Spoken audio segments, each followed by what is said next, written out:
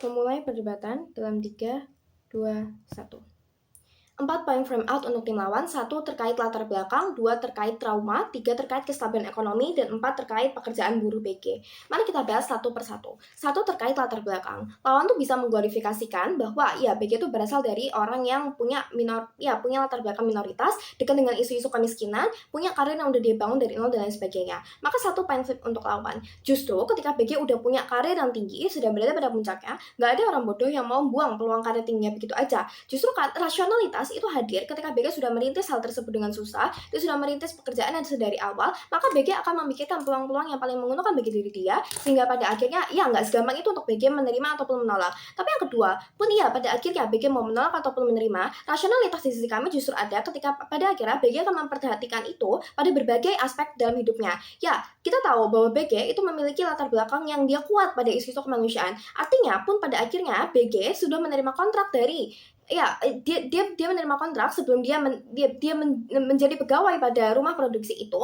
artinya akan ada kontrak yang terbangun atas kesepakatan dua pihak. Ketika lawan bilang kontrak itu justru akan membungkam BG, kami bisa bilang bahwa komparasi di sisi kami, kontrak itu justru berlaku atas kesepakatan dua belah pihak. Artinya, hal-hal yang tersusun di sana itu atas kesepakatan dua belah pihak, ya keuntungan dan kerugian yang dibuat oleh kedua belah pihak. Artinya, BG nggak akan segampang itu dibungkam karena ada kesepakatan, ada keuntungan, dan ada kerugian yang memang dilakukan oleh kedua belah pihak. Maka jangan lagi kredit argumen lawan. Tapi yang kedua, terkait trauma masa lampau, kami rasa justru karena pada akhirnya BG itu sudah berhasil mencapai karirnya, sudah berhasil berdamai dengan keluarganya, dia sudah berhasil menjadi orang-orang yang vokal terhadap isu-isu kemanusiaan, ada indikasi bahwa dia sudah berdamai dengan masa lalunya. Pada akhirnya dia bisa menyikapinya dengan bijak. Dengan cara apa? Ya, dia bisa membedakan ideologi pribadinya dan ranah pekerjaannya. Pribadi dia itu udah kebentuk. Jadi trauma juga nggak akan segampang itu untuk balik lagi. Kenapa? Karena adanya filtering dan kedewasaan dari BG untuk bersikap. Kontrafaktualnya pun BG kembali trauma masih bisa diatasi. Dengan cara apa? 1. Kematangan pikirnya itu udah lebih ada daripada masa lampau. Artinya dia lebih mudah untuk mengontrol dirinya. Tapi yang kedua, pun pada akhirnya dia kesulitan. Ada pihak-pihak kesehatan, ada pihak-pihak kayak psikologis, psikiater, dokter, dan lain sebagainya yang sudah bisa dia bayar dengan kapasitas dia sekarang. Pun iya, pada akhirnya lawan bisa bilang kalau uang dia akan habis di situ. 1. Kami rasa respons. 1. Kami rasa bakal ada insentif dari pemerintah terkait masyarakat yang apabila mengalami isu kesehatan jiwa. Tapi yang kedua, pun nggak ada insentif. Kami rasa uang BG itu juga nggak langsung habis gitu aja, karena ada perputaran ekonomi di sana. Tapi ya yang ketiga, masih ada orang-orang terdekat BG yang tetap bisa mensupport BG dan memberikan perhatian kepadanya. Tapi yang keempat, lawan tuh selalu mengglorifikasi bahwa ini tuh adalah kebenaran. Padahal Mosi ini hadir dengan kemungkinan bahwa isu itu memang belum terbukti. Artinya, ketika itu baru isu, nggak langsung terbukti, peluang itu benar atau enggak, itu nggak bisa jadi tameng yang segitu besar yang di pihak lawan, karena pada akhirnya akan deadlock. Kenapa? Karena mereka mengglorifikasi iya, sedangkan kami bisa bilang itu enggak. Maka komparasi di sisi kami, setidaknya ada 3 safety net tadi yang sudah kami sebutkan. Ditambah, negara tuh nggak akan diem aja. Orang-orang lain yang vokal kayak BG, komunitas-komunitas sudah terbentuk dan lain sebagainya, kalaupun terbukti, itu juga nggak akan diem aja, akan ada hukum yang berjalan, akan ada sanksi yang kena, dan lain sebagainya. Pun nggak ada hukum ataupun katakanlah hukumnya termanipulasi, orang-orang yang ada di komunitas ataupun kayak LSM dan lain sebagainya tetap akan menyuarakan itu. Artinya hal itu nggak akan hilang tertelan begitu aja. Pun pada akhirnya BG tetap orang yang vokal. Kami rasa itu bukan menjadi 100% kewajiban BG. Maka tolak argumen lawan. Tapi yang ketiga, tentang kestabilan ekonomi, lawan tuh bisa bangga bilang kalau sekarang perekonomian BG itu setidaknya udah cukup untuk mencukupi kehidupan dia sehari-hari, maka nggak ada masalah buat dia punya interest untuk lebih lagi. Tapi kami sadari bahwa uang itu sifatnya bisa habis. Artinya ketika kamu sukses sekarang, itu nggak berarti kekayaan kamu selamanya. Ada interest dari BG sendiri untuk tetap mempertahankan perekonomian tersebut. Dan justru ketika dia adalah penolong dari keluarganya juga punya harapan untuk taraf hidup anaknya itu tetap baik dan tetap bertahan. Makanya BG butuh peluang untuk bisa mempertahankan kekayaan tersebut. Tapi yang keempat, tentang BG di sana juga akan menjadi buruh, dia akan dibungkam dan lain sebagainya. 1.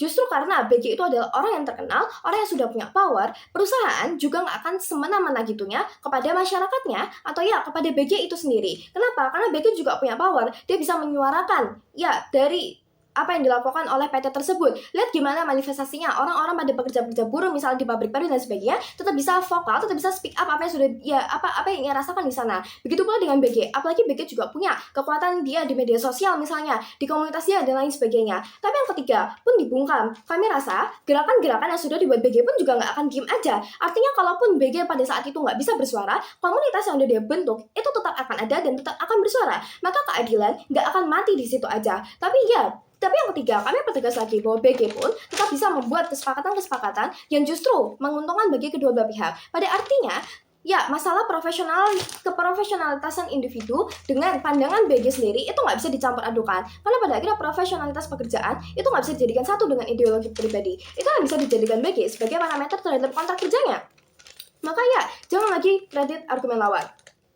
Makanya, Mosi menolak itu hadir dengan gak rasional bagi aktor. Kenapa? Karena satu, ada peluang kerja yang justru sedang dikaji oleh BG. Artinya, rumah besar produksi tersebut ketika mengalami penolakan dari BG juga nggak akan tinggal diam. Kenapa? Karena dunia bisnis untuk cari produksi kerja itu tuh itu nggak seramah itu. Artinya akan ada potensial untuk BG terblacklist misalnya dari beberapa rumah produksi lainnya. Artinya BG itu makin sedikit lagi peluang karir yang bisa dia dapetin karena sekarang sudah ada beberapa rumah produksi yang memblokir dia, katakanlah ketika pada akhirnya rumah produksi tersebut terbesar tersebut menghegemoni hak-hak dari rumah-rumah produksi lainnya. Tapi yang kedua, dia itu butuh kerja. Artinya ada pemenuhan kebutuhan dan keluarganya yang mampu dipenuhi oleh dia. Artinya BG sendiri harus terus mendapatkan pekerjaan yang layak, harus terus mendapatkan kesuksesan yang harus selalu dia titi, karena pada akhirnya kesuksesan dia sekarang itu nggak berarti sustain atau keberlanjutan.